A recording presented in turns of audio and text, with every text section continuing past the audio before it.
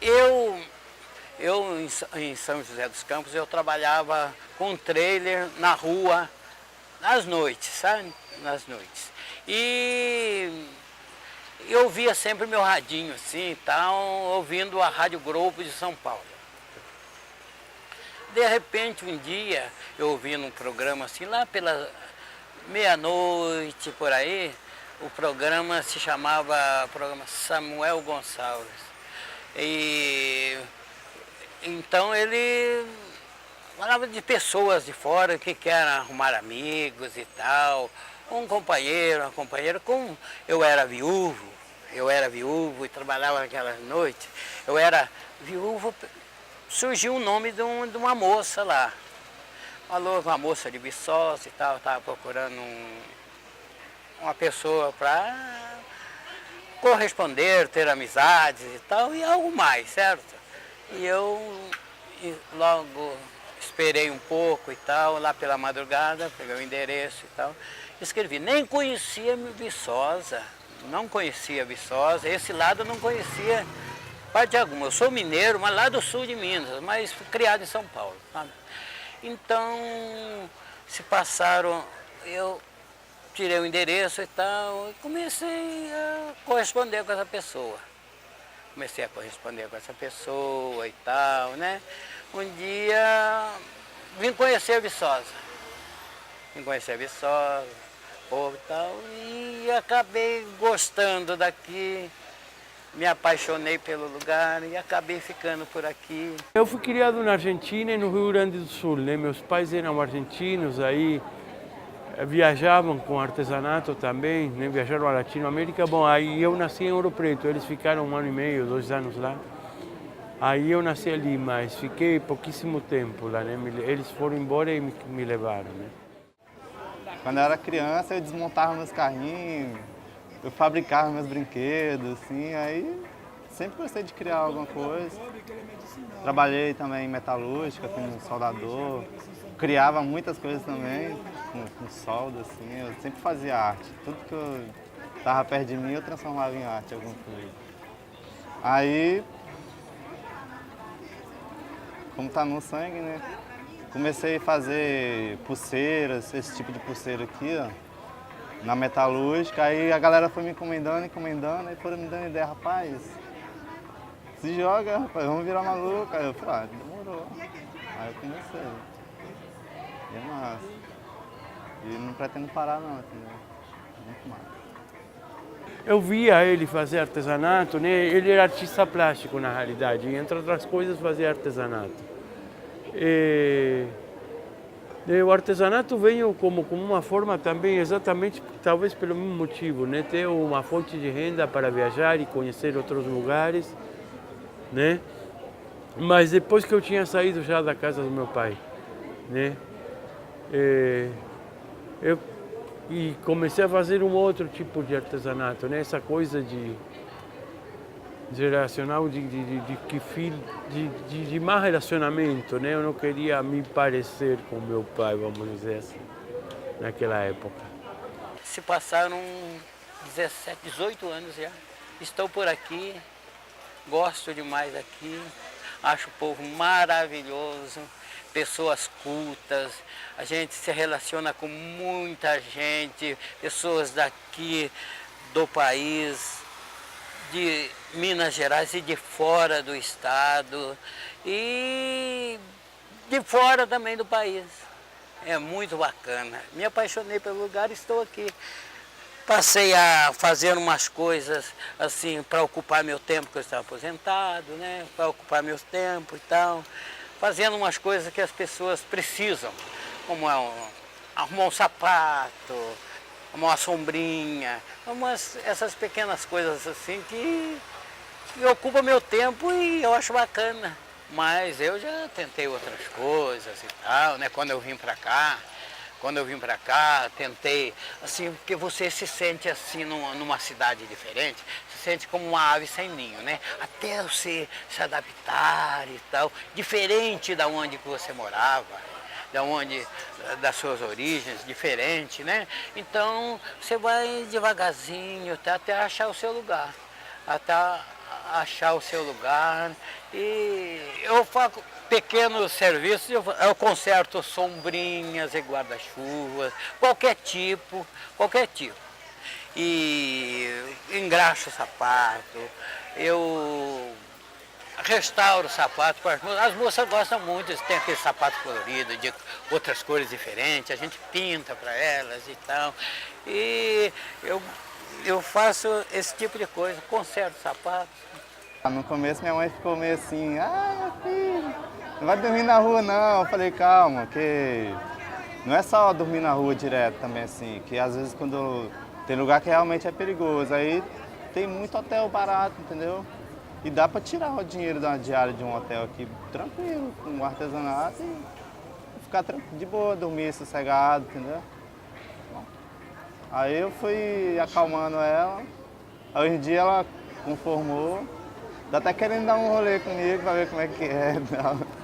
Minha filha, quando eu vou no fim do ano passar o Natal, o Réveillon com o meu pessoal, eu não penso, eles perguntam para mim, pô, você não volta mais para cá e tal? Eu falo, não, minha filha, isso vai ser difícil, isso vai ser difícil porque eu eu estou num lugar no qual me faz bem para o meu ego, faz bem para tudo. Eu gosto de... Eu sou meio introvertido, sabe? Gosto de contar piada, dar risada. E eu gosto de tudo isso. E aqui é um ambiente que me encaixou certinho. Como meus pais queriam que eu fosse padre. Queria que eu fosse padre. Mas aquilo, já estive no seminário, mas aquilo lá não era para mim não, puxa vida, ser padre não era comigo não, viu? E daí o catecismo da igreja e tal, que a gente ia todos os sábados a gente ia, as festinhas, e é muito bacana, nossa Virgem, aqueles namoricos e tal, é muito bacana, foi muito bacana aquela época, viu? Na realidade, casei informalmente 3 vezes. Amiguei, né? E eu nunca tive muita coragem de arrastar uma mulher para a estrada. Eu vejo alguns camaradas que fazem e tal. Depois vem filhos, cara, e é uma coisa com a qual eu não concordo, né? Que criança não pode estar indo de um lado, tem que ter uma estrutura, né? Assim, isso é uma posição pessoal minha, né? Na hora de você criar um filho, por exemplo, tem que ter uma proteção mínima, não uma sobreproteção, mas tem que ter um lar, uma estrutura, porque senão depois a coisa fica meio... Mas tipo assim, eu tenho contato com algumas meninas, troco ideia e tal. Tem algumas meninas que têm vontade de sair assim junto comigo, para viajar. Aí eu explico como é que é, né? Eu falo, não é tão facinho assim também não, tal, mas é massa, dá para curtir muito. Conhecer outros lugares e tal. Esses dias mesmo eu fui num pico massa, entendeu? Porque também não é só que trabalho não. Esse trabalho aqui é para levantar uma grana, para comprar mais matéria, para poder estar viajando mais, assim, entendeu? Para conhecer lugares novos também, gente nova. Assim. Mas acho que ainda vou arrumar uma namorada ainda que é minha cara, entendeu? Olha, eu sinto saudades, assim, da minha primeira namorada, dos meus pais, que já se foram. Sinto saudade deles. Ela, puxa vida, era um caso, minha filha. Comecei a namorar aquela menina, ela tinha 17 anos. Eu tinha uns 18, aquela adolescência, né? De ir à igreja, aquele tempo, conhecer na igreja, no catecismo da igreja e tal. E surgiu, assim, aquele namorinho, né? Escondido e tal. Mas ela era filha de criação de uma família. E a família era bem de situação, sabe? Eu era pobre. E os pais de criação dela queria alguém com ela que fosse no nível dele, né, sabe? Então houve esses... A gente namorou 4 anos, depois houve houve aquela separação, os pais não quiseram que a gente ficasse junto e tal. Os pais naquela época arrumavam o casamento das filhas, vô. Arrumavam o jeito que eles queriam e tal, né? Então tinha que obedecer. Então aí depois eu saí para um lado, eu saí para o outro e tal. Sinto saudade daqueles tempos. A gente se recorda aí, esses tempos atrás, aí a gente estava conversando no WhatsApp e tal, né? E nossa, vejo muito bacana, viu? Legal demais.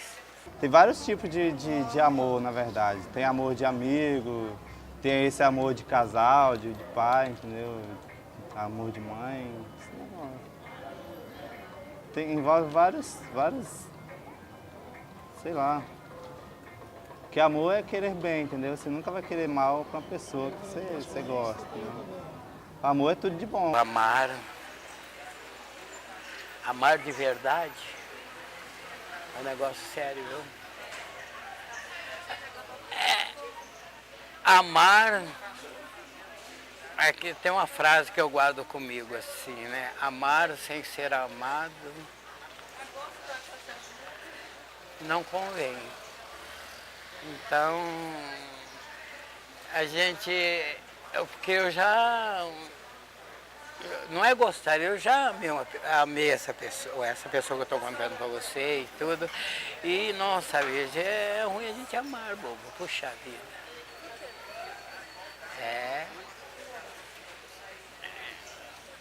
Tem horas que você sente bem, tem horas que você não, que você queria. O que eu levo lá do amor é uma coisa muito bacana, muito sensível pra gente, sabe? Toca muito o íntimo da gente. Nos lugares assim, grandes, que é muito agitado, o pessoal anda na correria e tal, bem receoso. Já num lugarzinho pequeno assim, a gente costuma falar, vamos ali na casa das tias, que tudo que a gente precisa a gente vai na casa das tias. Às vezes não vendeu bem e tal, ou ficou tarde, não tem lugar aberto, você vai lá na casa da tia, tia, quer trocar uma arte aqui, um pouquinho de comida aí, um feijãozinho com arroz e tal, aí vem aquele pratão assim. Aí os lugares pequenos assim, o povo é mais acolhedor, entendeu? É até bom pra gente estar andando assim. O pessoal conversa mais com a gente. Vai todo dia lá pra estar conversando, a gente faz amizade mesmo, assim. Né? Agora lugar agitado assim é só pra passar e ganhar um dinheiro mesmo e ir de passagem mesmo. Né? Que também eu desiludi um pouco da vida, porque hoje em dia você vai daqui, sai daqui, vai para qualquer outra cidade ou até outro país e o padrão, a estrutura de cidade, o padrão cultural, as pessoas de diferentes tendências que falam mais ou menos, acabou que a coisa virou uma fábrica de parafusos, as pessoas são mais ou menos iguais, perderam aquele tempero regional, aquelas formas particulares de enxergar, né? A vida, o jeito de viver. Então você não aprende grande coisa, né? O que eles tentam se parecer, ou querem ser, ou aquilo que eles veem na mídia, né? O que os supostos artistas, ou pensadores, ou políticos, ou o que for, seja lá, né, psicólogos de TV, ou dizem que é o certo. Não há já uma busca assim de um grupo de pessoas ou de uma pessoa. A coisa ficou muito... Me faz lembrar aquela coisa do Pink Floyd da parede, né? As crianças caindo na máquina de moer carne, né? Não, infinito, decididamente há memórias de infância, né? De estar brincando em praças, de aniversários. Meu pai gostava muito de ler para a gente quando a gente ia dormir, né? E bom, uma coisa que eu peguei hábito de leitura, por exemplo, que eu vejo que várias famílias aqui no Brasil não têm, né? Nem sequer famílias de classe, que se considera classe média, né? Ou instruída, os pais não se... Talvez existia antes da mídia ser tão generalizada, a TV ou a internet, mas eu vejo que bota as crianças no computador ou no filme, né? E isso também, por sua vez, não gera. E eu vejo que as pessoas têm dificuldade para raciocinar ou para ler uma página. Uma boa memória que eu tenho assim do meu pai em particular, que ele gostava de ler para a gente à noite antes de dormir. E bom, e assim eu conheci um monte de literatura clássica infantil, né? Não sei, enfim, agora As Mil e Uma Noite, ou aqueles dois irmãos europeus que faziam João Pé de Feijão, né? João e Mariano Bosco, vários clássicos da literatura que se consideravam. E depois a incentivação a começar a ler filosofia, entendeu? História, coisas já de corte mais social, mais antropológico, assim, né? Eu nasci na roça, né, na verdade. Assim. Cresci na roça. A minha infância toda foi brincando com bicho, com inseto. Eu pegava uns gafanhotos, aí fazia umas carrocinhas, enchia botava umas pedrinhas assim, coitadinho dos bichinhos. Aí falava que eram meus bichos, minha criação e tal. Aí isso é como se fosse um filme, eu lembro disso até hoje, assim. Eu e meu irmão brincando assim, com inseto, com bicho. Meus tempos que jogar bolinha de gude, ir para a escola e voltar nas briguinhas da escola. As briguinhas da escola, ao mesmo tempo já fazia aquela amizade e tal, né? Levava aquelas bolinhas de gude no bolso e de repente tinha um terreno do lado que você disputava jogar, nós chamava de biroquinha, jogar bolinha de gude e tal, né? E quando você ganhava, você chegava em casa, bobeira, com aquele monte de bolinha de gude no bolso e tal, ficava alegre demais, colocava dentro de uma lata e ia guardando, depois ia contar quanto você tinha ganhado e tal, né? Era bacana, boba. Nossa, vida, soltar papagaio. Depois que surgiu a pipa, né? Era o papagaio. Soltar papagaio, era bacana pra caramba. Nossa, vida. Era bacana, a gente era feliz, não sabia, tá? A felicidade é tudo que é bom, assim, que a gente gosta. Tal, de fazer o que quer, assim, que acha, o que te agrada, na verdade, né? Porque se eu fosse fazer uma coisa que eu não gostasse, eu não ia estar feliz, né? Aí, pra mim é isso aí. Fazer o que gosta, entendeu? Felicidade é viver de bem com as pessoas, viver perto de quem a gente gosta, com a família e fazer bem para as pessoas, a gente sente muito feliz, boba. Eu não gosto de ver coisas, as pessoas fazendo maldade para os outros e tal, eu não gosto disso não. Eu gosto sempre de viver feliz, rindo, vivendo alegre, porque a tristeza traz doença, boba. Traz doença, então a gente não pode guardar aquilo com a gente não.